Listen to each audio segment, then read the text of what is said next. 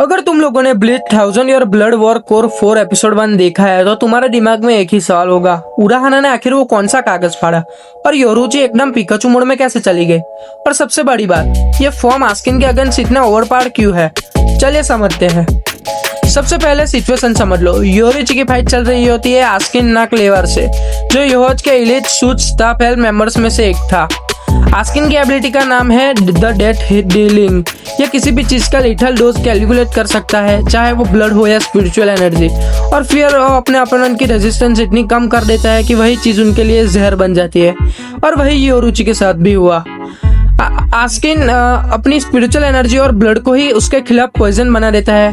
धीरे धीरे योरुची का पूरा बॉडी पैरालाइज हो जाता है और वो जमीन पर गिर जाती है। जैसे ही आस्किन फिनिशिंग अटैक करने जाता है तब एंट्री होती है किसुके उराहारा की। उराहारा तुरंत योरुची को एक specially formulated immune booster serum inject करता है, जो टेम्पररीली आस्किन की एबिलिटी को न्यूट्रलाइज कर देता है और योरुची दोबारा मूव कर पाती है।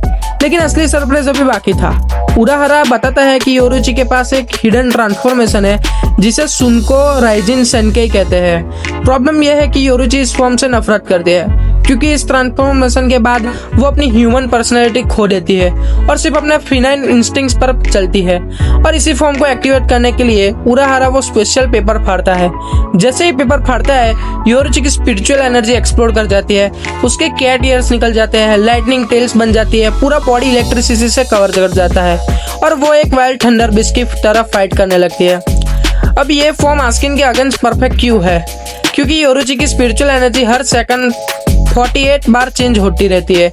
आस्किन किसी एक फिक्स एनर्जी पैटर्न का लिथल डोज कैलकुलेट ही नहीं कर पाता। मतलब जिस पावर से आस्किन सबको हराता था, वही पावर योरुची के इस ट्रांसफॉर्मेशन के सामने ऑलमोस्ट बेकार हो जाती है।